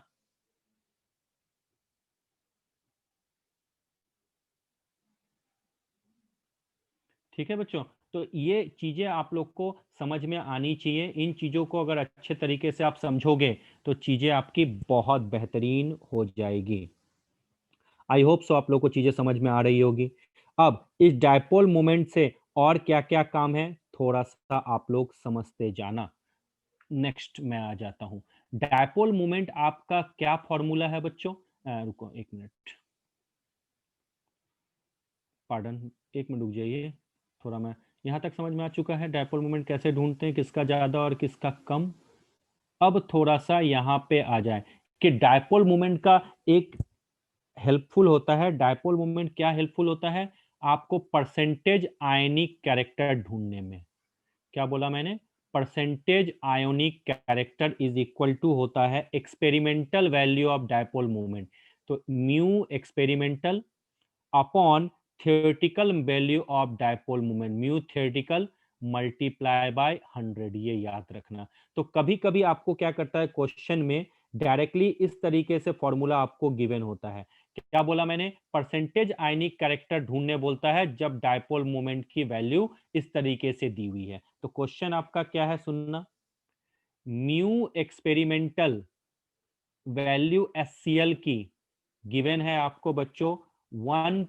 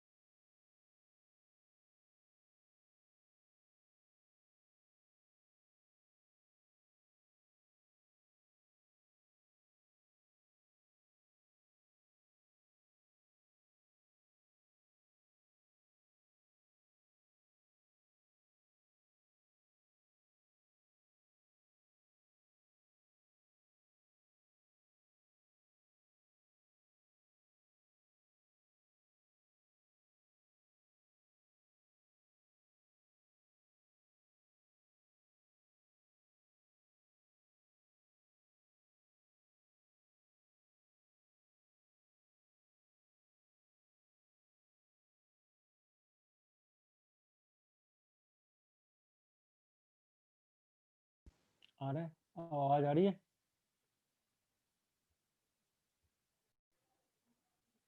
आ रही है सबको आवाज अब। हाँ ठीक है, अब ध्यान दो, क्वेश्चन सुनो। ये एक्सपेरिमेंटल वैल्यू है और ये बॉन्ड लेंथ दिया हुआ है। अब आपसे क्वेश्चन में पूछा है find the find percentage ionic character of HCl। लो, हर तरह का क्वेश्चन करा रहा हूं। पहला ऑप्शन है आपका 43%, दूसरा ऑप्शन है आपका 21%, तीसरा ऑप्शन है 17 और चौथा ऑप्शन है 7। अब म्यू एक्सपेरिमेंटल की वैल्यू दी हुई है, mu theoretical is equal to, सबको फॉर्मूला बताया, क्यू इंटू डी। डी कितना है 1.275 एंगस्ट्रॉम है। आपको पता है एंगस्ट्रॉम को किस में लिखते हैं, सेंटीमीटर में चेंज करना है, तभी तो डी वाई आएगा। हाँ, अरे वाह, बना भी लिया, सी ऑप्शन है। अरे बहुत अच्छा। और क्यू की वैल्यू यहाँ पे क्या लोगे, क्यू की वैल्यू जल्दी बता दो, क्यू की वैल्यू हम लोग ले लेंगे 10 टू द पावर -10 ESU, तब जाके ये पूरा आपके 19 हो जाएगा। फिर वैल्यू को डिवाइड करो, I think you will have your answer. तो करके देखो बच्चा लोग क्या आंसर आया। सबके आंसर आने चाहिए, सिर्फ मेरे बनाने से कुछ। सबके आ गए बच्चों? आयुषी कैसे किया, सॉल्व करो बताओ। आयुषी कैसे सॉल्व किया आपने? सर पहले म्यू एक्सपेरिमेंटल जो दिया है 1.03 डिवाइड अपॉन मैंने ईएसयू को कन्वर्ट किया सेंटीमीटर में, मतलब कूलम पर मीटर में था तो उसको सेंटीमीटर में कन्वर्ट किया। अच्छा, एक चीज याद रखना बच्चों, Q का value 10 to the power -10 ESU order में है। Q की वैल्यू आपको पता है ना, 1.6 into 10 to the power -19 coulomb होती है, या होती है 4.8 into 10 to the power -10 ESU। तो अगर ESU में लिखना है तो ये चीज याद रखना, परसेंटेज पूरी वैल्यू लिखोगे, नहीं तो आंसर कभी नहीं आने वाला। इज इक्वल टू 1.03 डिवाई है, ठीक है। डिवाई को हम लोग क्या लिख सकते हैं, 10 to the power -18 ESU centimetre लिख सकते हैं इस तरह से, डिवाइडेड बाय आपको पता है Q इंटू डी, Q कितना है आपका 4.8 इंटू 10 टू द पावर -10, और D कितना है 1.275 into 10 to the power -8। Solve करके क्या आ जाएगा, 1.03 into 10 to the power -18 ESU centimetre divided by 4.8 into 1.275 into 10 to the power -18 ESU centimetre. देखो हुआ।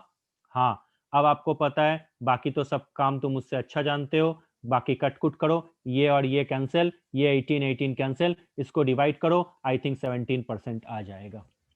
ठीक है बच्चों, समझ में आ चुका। तो अगर कभी कभी इस तरीके से डायपोल मूवमेंट दे दे और डायपोल मूवमेंट आपसे पूछे कि भाई डायपोल मूवमेंट किस तरीके से आप ढूंढोगे और किस तरह से उससे आयनिक कैरेक्टर के साथ लिंकअप होगा, तो इस तरीके से आप इसको ढूंढ सकते हो, हमेशा याद रखना है। चलिए, बहुत अच्छी बात है। आगे समझ में, ये एक वीवीआई चीज है, जो जो टॉपिक मैं बताता हूँ उसको थोड़ा ध्यान से पढ़ा करो। चलिए नेक्स्ट क्वेश्चन। नेक्स्ट क्वेश्चन आपका बहुत आसान है, जो कि आप मुझसे अच्छा जानते होगे। चलो अरेंज करो डायपोल मोमेंट के ऑर्डर पे, H F, H C L, H B R और एच आई। ठीक है, बोलो किसका डायपोल मोमेंट ज्यादा और किसका कम। दूसरा अरेंज करो, C S three F, C S three C L, then C S three B R, and then C S three I. अब अगर आपको अरेंज करने बोले तो चलो जल्दी से अरेंज करके बताओ, किसका डायपोल डायपोल मोमेंट का ऑर्डर अरेंज करो।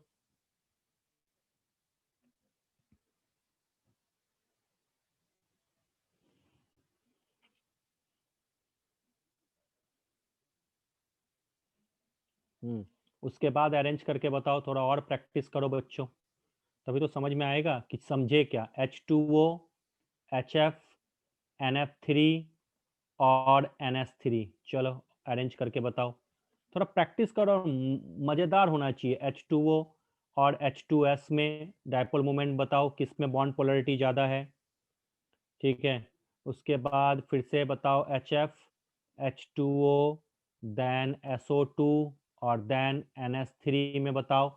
मतलब डायरेक्टली भी कर सको, कंसेप्चुअल, हमेशा थ्योरी न्यूमेरिकल थोड़ी सॉल्व करने बैठोगे।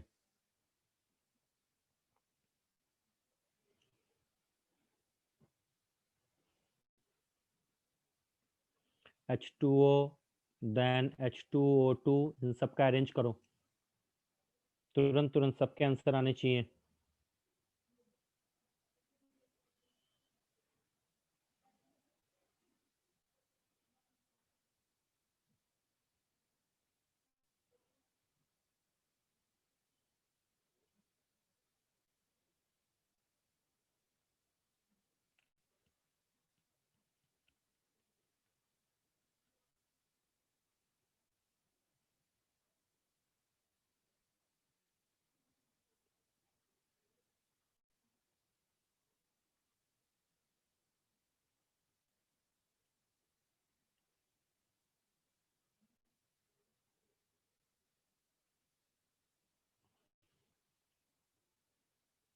चलो उसके बाद डायपोल मोमेंट अरेंज करो।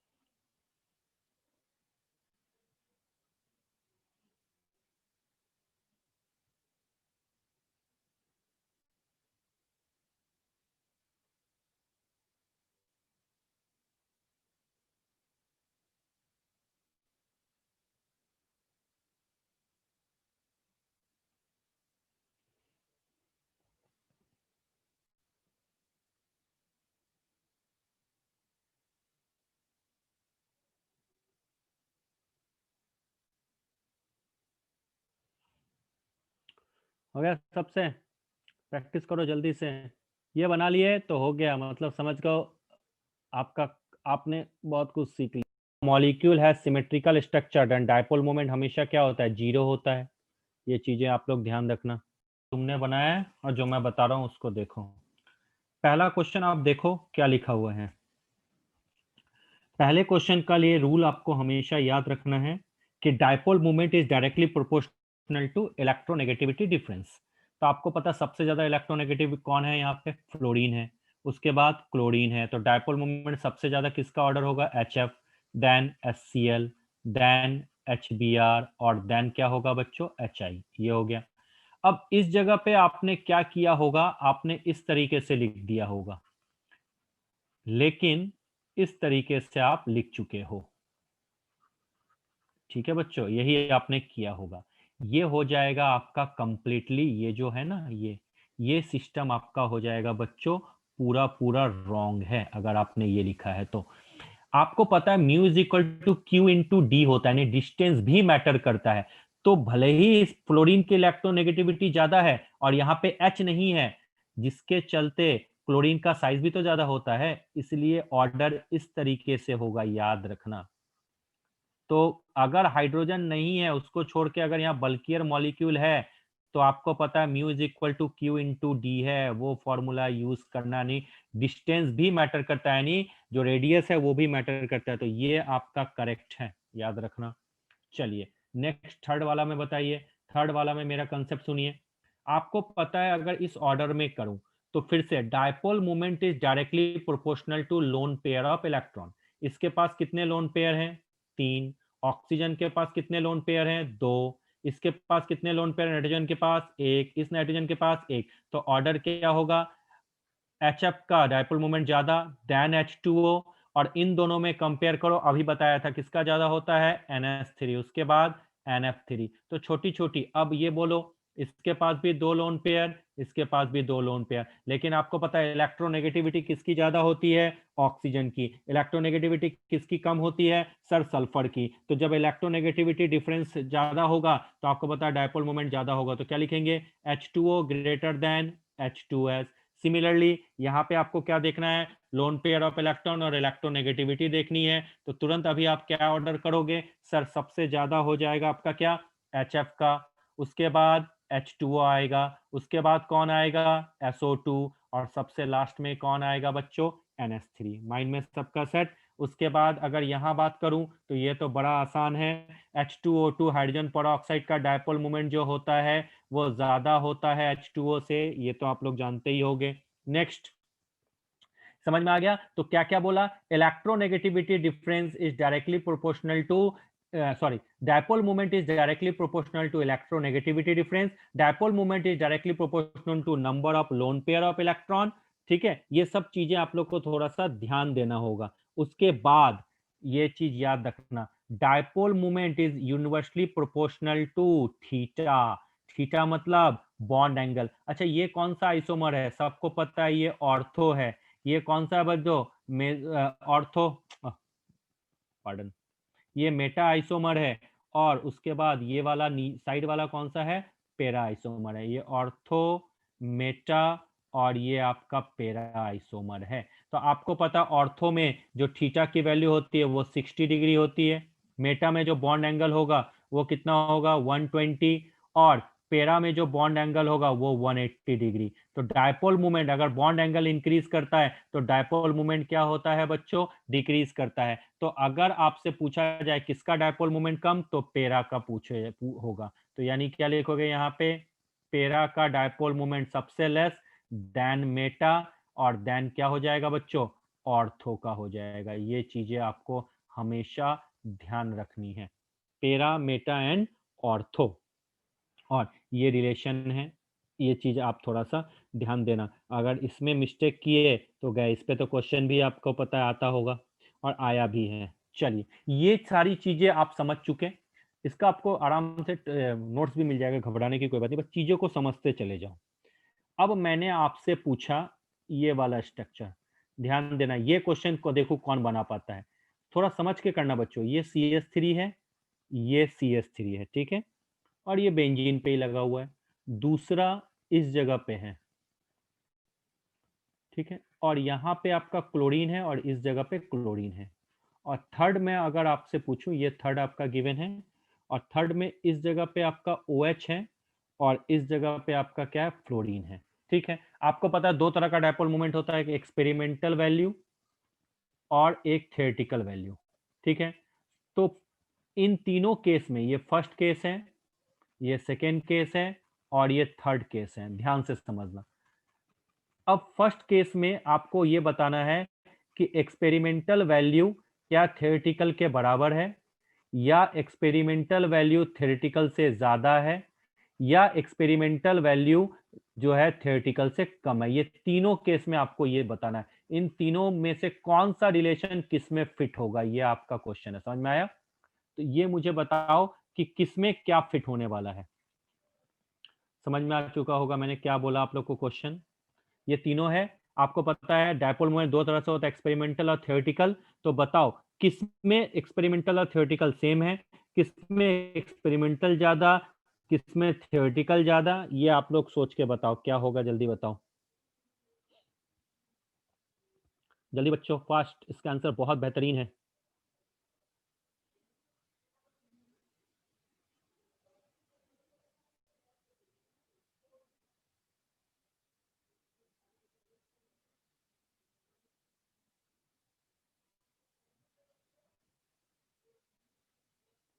डू फास्ट, आंसर आ रहा है क्या इसका? चलो ये मैं मान लेता हूँ, इसका क्या नंबर दूं क्वेश्चन का, ये कुछ भी मान लो, क्वेश्चन नंबर 10 मान लो या 1 ही मान लो। फर्स्ट नंबर का बोलो, सेकंड का बोलो और थर्ड का बोलो, सोचो लोग, जल्दी आंसर करो। और सिस और ट्रांस की अगर मैं बात करूं तो सिस और ट्रांस में इस जगह पे आपको बताना है सिस का ज्यादा या ट्रांस का ज्यादा होगा। अरे आंसर तो करो।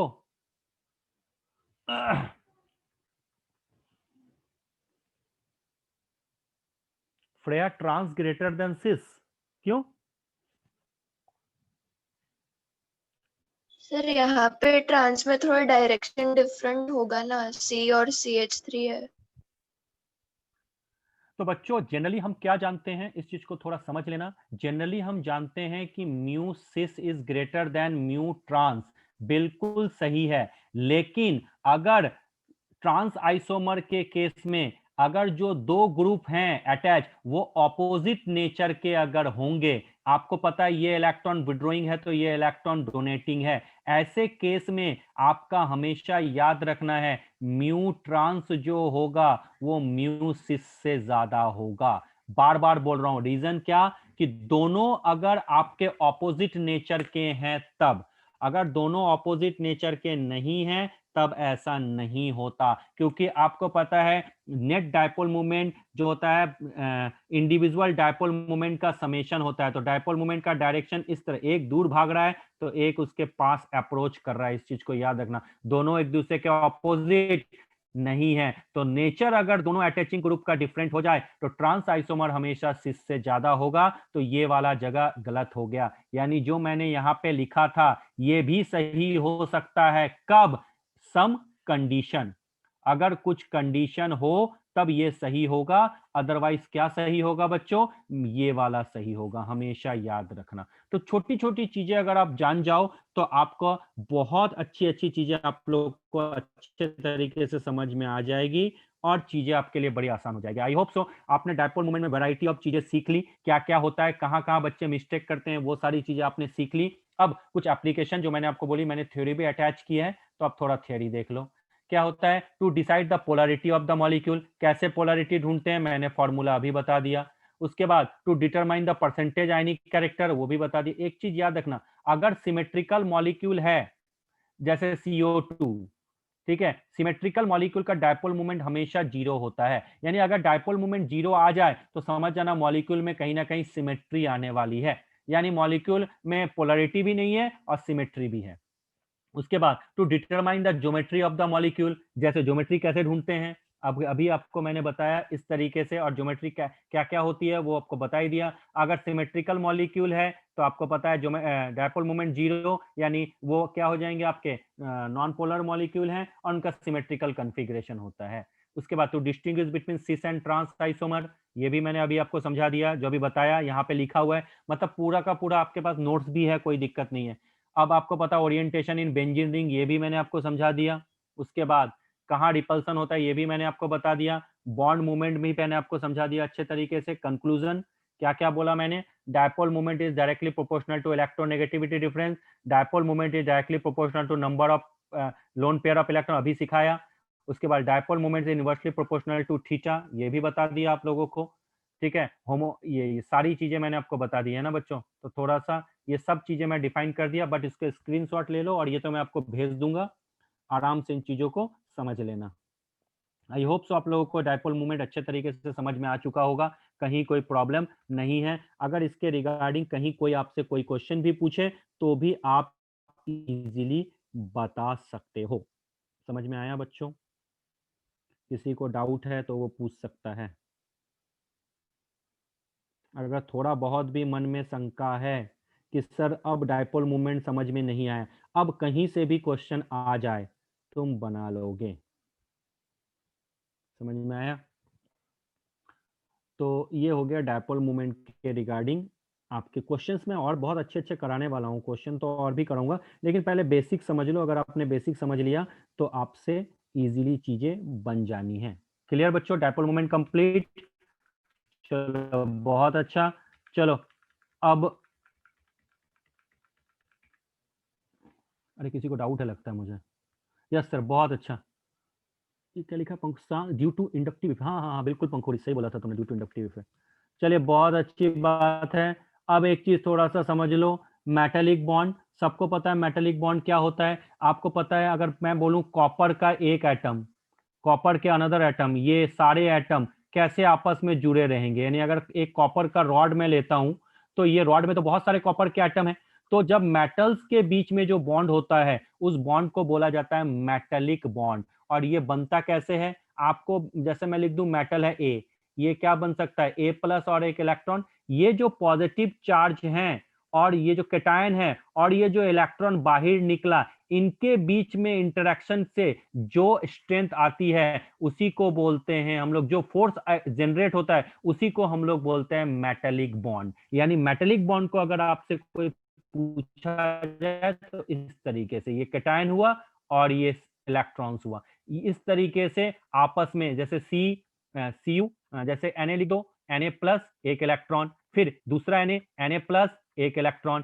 ये सब आपस में इस तरह से इलेक्ट्रॉन के चलते कनेक्ट होते हैं। तो इस तरह के बॉन्ड को बोला जाता है मेटालिक बॉन्ड, यानी जो सिर्फ मेटल एटम के बीच में ऑपरेट होते हैं। तो डेफिनेशन देखो, the bonding which hold the metal atom firmly together on account of the force of attraction between metal ion and the mobile electron is called metallic bonding. अब एक चीज याद रखना, ये इंपॉर्टेंट है, the strength of the metallic bond depend upon the number of valency electron and the charge on the nucleus. आपको पता है, अगर मैं ट्रांजिशन मेटल की बात करूं कॉपर की, और अगर मैं अल्कली मेटल या अल्कलाइन अर्थ मेटल की बात करूं, तो आपको पता है अल्कलाइन अर्थ मेटल के वैलेंस इलेक्ट्रॉन 1 या 2 होंगे, अल्कली मेटल और अल्कलाइन अर्थ मेटल के। लेकिन अगर कॉपर की बात करूं या ट्रांजिशन मेटल की बात करूं, तो यहां पे आपको पता है डी ऑर्बिटल का इन्वॉल्वमेंट होता है, इनके वैलेंस इलेक्ट्रॉन क्या होते हैं? ज्यादा। अगर ज्यादा वैलेंस इलेक्ट्रॉन होंगे तो मेटालिक बॉन्ड का स्ट्रेंथ क्या होगा? ज्यादा। तो अगर मेटालिक बॉन्ड का स्ट्रेंथ ज्यादा होगा तो सामने वाले का मेल्टिंग और बॉइलिंग पॉइंट भी ज्यादा होगा और हार्ड होंगे। आपको पता सोडियम सॉफ्ट होता है, अल्कली मेटल जनरली सॉफ्ट क्यों होते हैं? क्यों? क्योंकि इनमें मेटालिक बॉन्ड का स्ट्रेंथ क्या होता है? वीकर होता है, जो यहाँ लिखा हुआ है। As this increases the metallic bond becomes stronger. ये बहुत बीबीआई है, नीट में क्वेश्चन आया था। It provides an answer to the fact that alkali metals are soft and have low melting and boiling point, while transition metals are hard and have high melting and boiling point. The metallic bond is usually a strong bond. This explains the hardness, high melting point and boiling point, and low volatility of the metal. The presence of mobile electron in the metal crystal explains the main properties of metal, such as electrical conductivity, thermal conductivity, metallic luster, malleability, and ductility. तो क्या बोला, valence electron जिसके ज्यादा होंगे उसका metallic bond का strength ज्यादा होगा, और मेटेलिक बॉन्ड का स्ट्रेंथ ज्यादा होगा तो उसका मेल्टिंग और बॉइलिंग पॉइंट भी ज्यादा होगा और वो हार्ड होंगे। जैसे अगर मैं सोडियम और कैल्शियम की बात करूं तो आपको पता है सोडियम सॉफ्ट होता है, कैल्शियम उतना सॉफ्ट नहीं होता, हार्ड होता है। आपको पता है बोन्स तो कैल्शियम से ही मिलकर बने होते हैं। तो क्यों? क्योंकि कैल्शियम में 2 वैलेंस इलेक्ट्रॉन है, सोडियम में 1, तो मेटेलिक बॉन्ड का स्ट्रेंथ किसमें ज्यादा है? कैल्शियम में। तो इसलिए ये हार्ड होते हैं और सामने वाला सॉफ्ट होता है। और यही कंसेप्ट तुम ट्रांजिशन मेटल में भी लगाओगे। और यही चीजें जब आप डी ब्लॉक पढ़ते होगे तब टीचर ने आपको बताया था कि मेटेलिक बॉन्ड के स्ट्रेंथ से आप किसी भी चीज का मेल्टिंग पॉइंट, बॉइलिंग पॉइंट को कंपेयर कर सकते हो। और उसके बाद मेटेलिक बॉन्ड के चलते ही आपको पता है मेटल में इलेक्ट्रिकल कंडक्टिविटी को भी मेजर किया जा सकता है, क्योंकि मोबाइल इलेक्ट्रॉन है, मोबाइल मतलब फ्री इलेक्ट्रॉन। फ्री इलेक्ट्रॉन कैसे है? फिगर में आपके दिख रहा है, ये देखो इस तरीके से होता है। तो अगर आपसे कोई पूछे मेटेलिक बॉन्ड बनने का कंडीशन क्या है, तो क्या होना चाहिए मेटेलिक बॉन्ड बनने का condition? Metal should have low ionisation energy, और दूसरा there should be sufficient number of vacant orbital in the valence shell. Vacant orbital आपको पता है सबसे ज्यादा किसमें रहेंगे? ट्रांजिशन मेटल्स में रहेंगे, क्योंकि ट्रांजिशन मेटल में डी ब्लॉक का इन्वॉल्वमेंट होता है। आपका माइंड में सेट हो गया, ये आपकी थ्योरी है, थ्योरी आप पढ़ लेना। बस मेटेलिक बॉन्ड से क्वेश्चन नहीं आते, मेटेलिक बॉन्ड से खाली वो स्ट्रेंथ वाले आ जाते हैं, सॉफ्ट और हार्ड क्यों होते हैं वो थोड़ा सा आपको ध्यान रखना है, ये चीज है। तो मेटेलिक बॉन्ड मैंने आपको बता दिया, डायपोल मोमेंट आपको समझ में आ गया, एमओटी थ्योरी बता दी, रेजोनेंस बता दिया, बॉन्ड ऑर्डर सिखा दिया। नेक्स्ट क्लास में, नेक्स्ट क्लास भी कल इसी टाइम होगी, कल मैं और थोड़ा सा चीज बताऊंगा। बहुत सारे और रूल्स हैं, जैसे बेंट रूल, ड्रैगो रूल, जो भी चीजें आते रहेंगी मैं उनको बताता चला जाऊंगा। और उसके बाद हम लोग 2 दिन प्रैक्टिस करेंगे क्वेश्चंस को। चलो बच्चों, किसी को डाउट है? अगर डाउट नहीं है तो मैं अपनी क्लास आज यही एंड कर रहा हूँ। किसी को डाउट है क्या?